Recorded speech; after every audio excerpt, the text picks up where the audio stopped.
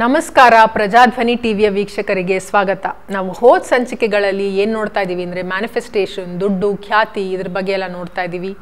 So ಸಾಮಾನ್ಯ ಮನುಷ್ಯರ ವರ ಏನು ಇನ್ ಕಂಪ್ಯಾರಿಸನ್ ಈ ತುಂಬ ರಿಚ್, ತುಂಬ ಶ್ರೀಮಂತರು ಅಥವಾ ತುಂಬ ಫೇಮಸ್ ಆಗಿರೋರು ಅವ್ರಿಗೆ ಕಂಪೇರ್ ಮಾಡಿದ್ರೆ ಸಾಮಾನ್ಯ ಜನರ ಏನು ನಾವಿದ್ದೀವಿ ಜನಸಂಖ್ಯೆ, ಸೊ ನಮಗೆ ಒಂದು ವರನೇ ಅದು. ಸೊ ಏನದು ವರ ಅಂದರೆ ಸಾಮಾನ್ಯ ಜನರಿಗೆ ಅವರು ಒಂದು ಬೆಟರ್ ಪೊಸಿಷನಲ್ಲಿದ್ದಾರೆ ಅವರ ವಿಕಸನದ ಮೇಲೆ ವರ್ಕ್ ಮಾಡ್ಕೊಳ್ಳೋದಕ್ಕೆ, ಅವ್ರ ಮೇಲೆ ಸೆಲ್ಫ್ ಡೆವಲಪ್ಮೆಂಟ್, ಸೆಲ್ಫ್ ಎವಲ್ಯೂಷನ್ ಬಗ್ಗೆ ಕೆಲಸ ಮಾಡೋದಕ್ಕೆ, ಡಿಸಿಪ್ಲಿನ್ಡ್ ರೀತಿಯಲ್ಲಿ ಇರೋದಕ್ಕೆ, ಸರಿಯಾದ ಜ್ಞಾನವನ್ನು ಪಡ್ಕೊಂಡು ಹೋಗೋದಕ್ಕೆ ಅವ್ರಿಗೆ ಹೆಚ್ಚು ಪ್ರೆಷರ್ ಇಲ್ಲ.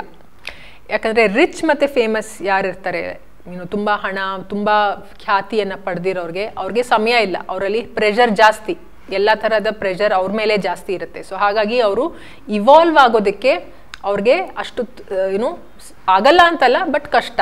ಯಾಕಂದರೆ ಅವರಲ್ಲಿ ಆ ಹೊರೆ ಇರುತ್ತೆ ಮತ್ತು ಟೈಮ್ ಕೂಡ ಇರಲ್ಲ.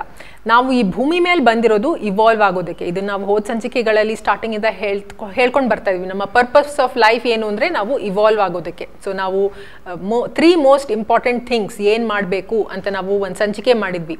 ನಾವು ಈ ದೇಹವನ್ನು ಬಿಟ್ಟಾದ್ಮೇಲೆ ಏನು ಯಮಲೋಕಕ್ಕೆ ಹೋದಾಗ ನಮಗೆ ಏನು ಜಡ್ಜ್ ಮಾಡ್ತಾರೆ, ಯಾವ್ದ್ರ ಮೇಲೆ ಜಡ್ಜ್ ಮಾಡ್ತಾರೆ ಅಂದರೆ ಇದು 3 ಕೆಲಸ ಮಾಡಿದ್ಯಾ ಅಂತ. ಮೊದಲನೇದು ನಿನ್ನ ದೇಹವನ್ನು ಚೆನ್ನಾಗಿ ನೋಡ್ಕೊಂಡಿದ್ಯಾ, ಎರಡನೇದು ನಿನ್ನ ಉಳಿಯುವಿಕೆಗೆ ಏನೋ ಒಂದು ಮಾಡಬೇಕು, ಅದನ್ನು ಮಾಡಿದ್ಯಾ, ಇತರರ ಜೊತೆ ಈ ಪ್ರಪಂಚದಲ್ಲಿ ಸರಿಯಾಗಿ ವ್ಯವಹಾರ ನಡವಳಿಕೆ ಇಟ್ಕೊಂಡಿದ್ಯಾ, ಮೂರನೇದು ನಿನ್ನ ಎವಲ್ಯೂಷನ್ ಬಗ್ಗೆ ಕೆಲಸ ಮಾಡಿದ್ಯಾ ಅಂತ. ಸೊ ಇದು 3 ಮಾಡಿದಾಗ ಮಾತ್ರ ನಮಗೆ ಬೆಟರ್ ಸ್ಟೇಟ್ ಬರುತ್ತೆ ನೆಕ್ಸ್ಟ್ ಲೈಫಲ್ಲಿ. ಸೊ ಇದನ್ನು ಮಾಡೋದಕ್ಕೆ ಯಾರು ತುಂಬ ಫೇಮಸ್ ಇರ್ತಾರೆ ಅಥವಾ ತುಂಬ ಶ್ರೀಮಂತರಿರ್ತಾರೆ ಅವ್ರಿಗೆ ಮಾಡೋದಕ್ಕೆ ಕಷ್ಟದ ಕೆಲಸ. ಯಾಕಂದರೆ ಅವ್ರಿಗೆ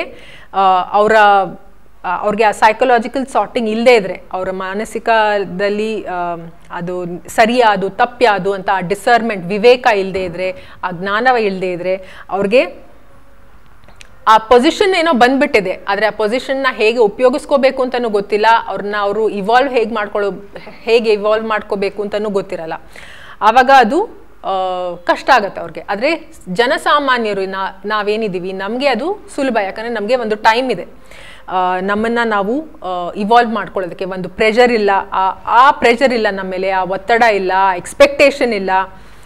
ಸೊ ಹಾಗಾಗಿ ನಮಗೆ ಅದು ಸುಲಭ ಇವಾಲ್ವ್ ಆಗೋದಕ್ಕೆ. ಅವ್ರಿಗೆ ಮಾಡೋಕ್ಕಾಗಲ್ಲ ಅಂತಲ್ಲ, ಆದರೆ ಅವ್ರಿಗೆ ಅದು ಸ್ವಲ್ಪ ಶ್ರಮವನ್ನು ಪಡಬೇಕು. ಅವ್ರ ಹತ್ರ ಏನು ಆ ದುಡ್ಡು, ಖ್ಯಾತಿ ಎಲ್ಲ ಏನಿದೆ, ಅವರು ಅದನ್ನು ಹೈಯರ್ ಆ್ಯಂಡ್ ಡಿವೈನ್ ಸೇವೆಯಲ್ಲಿ ಹಾಕಬೇಕು. ಅವರು ಯಾರು ನಿಜವಾದ ಗುರುಗಳಿರ್ತಾರೆ, ನಿಜವಾದ ಹೈಯರ್ ಬೀಯಿಂಗ್ಸ್ ಇರ್ತಾರೆ, ಅಂದರೆ ಹೈಯರ್ ಬೀಯಿಂಗ್ಸ್ ಅಂದರೆ ವಯಸ್ಸಿನಲ್ಲ, ಸ್ಪಿರಿಚುವಲ್ ಪವರಲ್ಲಿ ಯಾರು ಹೈಯರ್ ಬೀಯಿಂಗ್ಸ್ ಇರ್ತಾರೆ, ಪರಮಾತ್ಮ ಇರ್ತಾರೆ, ಅವರ ಸೇವೆಯಲ್ಲಿ ಅವರು ಅದನ್ನು ತೊಡಗಿಸ್ಕೊಂಡಾಗ ಮಾತ್ರ ಅವ್ರಿಗೆ ಇವಾಲ್ವ್ ಆಗೋದಕ್ಕೆ ಸಾಧ್ಯ. ಸೊ ಅವ್ರಿಗಿರೋದು ಇದು ಒಂದೇ ದಾರಿ. ಅವ್ರಿಗೆ ಅದು ತುಂಬ ಕಷ್ಟದ ಕೆಲಸ ಅನಿಸುತ್ತೆ. ನಮ್ಮ ಹಣ ಎಲ್ಲ ಅವ್ರಿಗೆ ಹೆಂಗೆ ಕೊಡೋದು ಅಂತ ಅವ್ರಿಗೆ ಅನ್ನಿಸ್ಬೋದು, ಅಥವಾ ನಮ್ಮ ಖ್ಯಾತಿ ಎಲ್ಲ ನಾವು ನಮ್ಮ ಬೆನಿಫಿಟ್ಗೆ ಉಪಯೋಗಿಸದೆ ಅವ್ರ ಬೆನಿಫಿಟ್ಗೆ ಯಾಕೆ ಮಾಡಬೇಕು ಅಂತ. ಆದರೆ ಅದೊಂದೇ ಅವ್ರಿಗೆ ದಾರಿ ಇರೋದು ಇದರಿಂದ ಹೊರಗೆ ಬರೋದಕ್ಕೆ ಅಥವಾ ಇವಾಲ್ವ್ ಆಗೋದಕ್ಕೆ. ಯಾಕಂದರೆ ಅಟೆನ್ಷನ್ ಅವ್ರ ಮೇಲೆ ಬಂದಾಗ ಯಾವಾಗಲೂ ಅದಕ್ಕೆ ಒಂದು ಪರ್ಪಸ್ ಇರಬೇಕು. ಅಷ್ಟು ಖ್ಯಾತಿ ಬಂದಿದೆ ಅವ್ರಿಗೆ ಅಂದರೆ ಅದಕ್ಕೆ ಒಂದು ಪರ್ಪಸ್ ಇರಬೇಕು. ಯಾವಾಗಲೂ ಏನು ಪರ್ಪಸ್ ವೇದಿಕಲಿ ಅಂದರೆ ಎವಲ್ಯೂಷನ್ ಒಂದೇ ಪರ್ಪಸ್. ಆ ಎವಲ್ಯೂಷನ್ ಇಲ್ಲದೆ ಆ ಅಟೆನ್ಷನ್ ಎಲ್ಲ ಅವ್ರ ಮೇಲೆ ಬಂದಾಗ ಅದು ತಪ್ಪಾಗೇ ಬಳಕೆ ಆಗುತ್ತೆ. ಸೊ ಆವಾಗಲೇ ಅವ್ರಿಗೆ ಎಲ್ಲ ಥರದ ಪ್ರಾಬ್ಲಮ್ಸ್ ಬರುತ್ತೆ. ಇನ್ನೊಂದೇನು ಅಂದರೆ ಜನರು ಸೆಲೆಬ್ರಿಟಿ ಅಂತ ಕರೀತಾರೆ. ಸೆಲೆಬ್ರಿಟಿ ಅಂದರೆ ಅವ್ರನ್ನ ಕೊಂಡಾಡ್ತಾ ಇದ್ದಾರೆ, ಸೆಲೆಬ್ರೇಟ್ ಮಾಡ್ತಾ ಇದ್ದಾರೆ. ಯಾತಕ್ಕೆ ಕೊಂಡಾಡ್ತಾ ಇದ್ದಾರೆ, ಯಾತಕ್ಕೆ ಸೆಲೆಬ್ರೇಟ್ ಮಾಡ್ತಾ ಇದ್ದಾರೆ, ಅವರಲ್ಲಿ ಏನಿದೆ ಅಂತ ಸೆಲೆಬ್ರೇಟ್ ಮಾಡ್ತಾ ಇದ್ದಾರೆ. ಯಾಕಂದರೆ ಅವ್ರು ಇವಾಲ್ವ್ ಆಗ್ತಾ ಇಲ್ಲ, ಅವರಲ್ಲಿರೋ ತಪ್ಪು ಗುಣಗಳನ್ನು ಅಥವಾ ಅವಗುಣಗಳನ್ನು ಅವರು ಕಳ್ಕೊಳ್ತಾ ಇಲ್ಲ, ಇವಾಲ್ವ್ ಆಗ್ತಾ ಇಲ್ಲ. ಅದೇ ಥರ ಅವ್ರು ಇನ್ನೊಬ್ರಿಗೂ ಇವಾಲ್ವ್ ಆಗೋದಕ್ಕೆ ಏನೂ ಹೇಳ್ತಾ ಇಲ್ಲ. ಸೊ ಹಾಗಾಗಿ ಅವರು ಯಾತಕ್ಕೆ ಜನರು ಅವ್ರನ್ನ ಸೆಲೆಬ್ರೇಟ್ ಮಾಡ್ತಾ ಇದ್ದಾರೆ. ಇದಕ್ಕೆ ಒಂದು ಬ್ರಹ್ಮಾಂಡದಲ್ಲಿ ಒಂದು ಬಿಲ್ ಬರುತ್ತೆ. ನಾವು ಏನೇ ಒಂದು ಸಾಮಾನು ತಗೊಂಡ್ಮೇಲೆ ನಮಗೆ ಒಂದು ಬಿಲ್ ಬರುತ್ತಲ್ಲ, ಅದೇ ಥರ ಇದು ಕೂಡ ಅಷ್ಟೇ. ಆ ದುಡ್ಡು, ಖ್ಯಾತಿ ಎಲ್ಲ ತಗೊಂಡಿದ್ದಾರೆ, ಸೊ ಅದಕ್ಕೆ ಒಂದು ಬಿಲ್ಲು ಕೊನೆಯಲ್ಲಿ ಕ್ರಿಯೇಟ್ ಆಗುತ್ತೆ. ಆ ಬಿಲ್ಲು ಫೇಮ್ಗೆ ದುಡ್ಡಿಗಿಂತ ಜಾಸ್ತಿ ಬಿಲ್ಲು. ಯಾರು ಫೇಮಸ್ ಇರ್ತಾರೆ ಅವ್ರಿಗೆ ಬಿಲ್ ಬರೋದು ತುಂಬ ಹೆಚ್ಚು. ಇದು ಅವ್ರಿಗೆ ಗೊತ್ತಿಲ್ಲ. ಆದರೆ ಸತ್ತ ನಂತರ ಅವ್ರಿಗೆ ಆ ಬಿಲ್ ಬರುತ್ತೆ, ಆವಾಗ ಅವ್ರಿಗೆ ಗೊತ್ತಾಗುತ್ತೆ, ಓ ನಾನೇನು ಮಾಡಿದೆ, ನನಗೆ ಯಾಕೆ ಇಷ್ಟು ದೊಡ್ಡ ಬಿಲ್ ಬಂತು ಅಂತ. ಆದರೆ ವೇದಿಕಲ್ಲಿ ಏನು ಹೇಳ್ತಾರೆ ಅಂದರೆ, ಜನರನ್ನು ಅವರು ಸರಿಯಾದ ರೀತಿಯಲ್ಲಿ ಗೈಡ್ ಮಾಡದೇ ಇದ್ದರೆ ಆ ನೆಗೆಟಿವ್ ಕರ್ಮ್ ಏನು ಬರುತ್ತೆ ಅದೇನೇ ದೊಡ್ಡ ಬಿಲ್ ಆಗಿ ಬರುತ್ತೆ. ಇದು ಡೇಂಜರಸ್ ಸಿಚುವೇಶನ್ನು, ಪ್ರಾಬ್ಲಮ್ಯಾಟಿಕ್ ಸಿಚುವೇಶನ್ನು. ಇದನ್ನ ಯಾವುದಕ್ಕೆ ಹೋಲಿಸ್ತಾರೆ ಅಂದರೆ ಒಂದು ವಿಷದ ಪಾತ್ರೆಗೆ. ಸೊ ಒಂದು ವಿಷದ ಪಾತ್ರೆಗೆ ಹೋಲಿಸ್ತಾರೆ, ಯಾಕಂದರೆ ಅದು ಅಷ್ಟು ಡೇಂಜರಸ್ಸು, ಅಷ್ಟು ನೆಗೆಟಿವ್ ಕರ್ಮ್ ಬರುತ್ತೆ. ಪಾಪ್ಯುಲಾರಿಟಿ ಹಿಂದೆ ಹೋಗಿ ಆ ಪಾಪ್ಯುಲಾರಿಟಿನ ಪಡ್ಕೊಂಡು ಅದನ್ನ ಸರಿಯಾಗಿ ಬಳಸ್ಕೊಳ್ಳದೇ ಇದ್ದರೆ ಬ್ರಹ್ಮಾಂಡದಲ್ಲಿ ಅದಕ್ಕೆ ಒಂದು ದೊಡ್ಡ ಬೆಲೆ ಕಟ್ಟಬೇಕು ಅಂತ.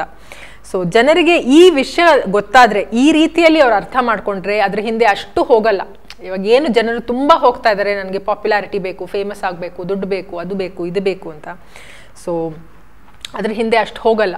ವೇದಿಕ ಕಾಲದಲ್ಲಿ ಯಾರು ನಿಜವಾದ ಸೆಲೆಬ್ರಿಟೀಸ್ ಅಂದರೆ ಋಷಿಗಳು. ಯಾತಕ್ಕೆ ಅವ್ರು ಸೆಲೆಬ್ರಿಟೀಸ್ ಅಂದರೆ ಅವರಲ್ಲಿ ನಿಜವಾದ ಬ್ರಹ್ಮಾಂಡದ ಜ್ಞಾನ ಇರ್ತಾ ಇತ್ತು. ಅವರು ಯಾವ ಜ್ಞಾನವನ್ನು ಕೊಡ್ತಾ ಇದ್ರು ಅಂದರೆ ಬರೀ ಈ ಜನ್ಮದಲ್ಲಿ ಉದ್ಧಾರ ಆಗೋದಕ್ಕಲ್ಲ, ನಮ್ಮ ಸತ್ತ ನಂತರ ಮುಂದಿನ ಜನ್ಮಗಳಿಗೂ ನಾವು ಉದ್ಧಾರ ಆಗೋ ಹಾಗೆ ನಮಗೆ ಜ್ಞಾನ ಕೊಡ್ತಾ ಇದ್ದ ಕಾರಣಕ್ಕೆ ಅವರೇ ನಿಜವಾದ ಸೆಲೆಬ್ರಿಟೀಸ್. ಸೊ ಇದನ್ನು ಹೇಳ್ತಾ ಈ ಸಂಚಿಕೆಯನ್ನು ಮುಗಿಸ್ತಾ ಇದ್ದೀನಿ. ಸಾಮಾನ್ಯ ಜನರಿಗೆ ಈ ವರವನ್ನು ಏನು ನಮಗೆ ಸಿಕ್ಕಿದೆ, ಈ ಸಮಯ ಮತ್ತು ಕಮ್ಮಿ ಒತ್ತಡ ಇರೋ ಏನು ವರ ಸಿಕ್ಕಿದೆ, ಅದನ್ನು ನಾವು ಉಪಯೋಗಿಸ್ಕೊಂಡು ನಮ್ಮ ಎವಲ್ಯೂಷನ್ ಕಡೆ ಹೋಗೋದಕ್ಕೆ ಪ್ರಯತ್ನವನ್ನು ಪಡಬೇಕು. ಹಾಗಾದರೆ ಮತ್ತೆ ಮುಂದಿನ ಸಂಚಿಕೆಯಲ್ಲಿ ಸಿಗೋಣ. ಪ್ರಜಾಧ್ವನಿ ಟಿವಿಯ ವೀಕ್ಷಕರಿಗೆ ಧನ್ಯವಾದ.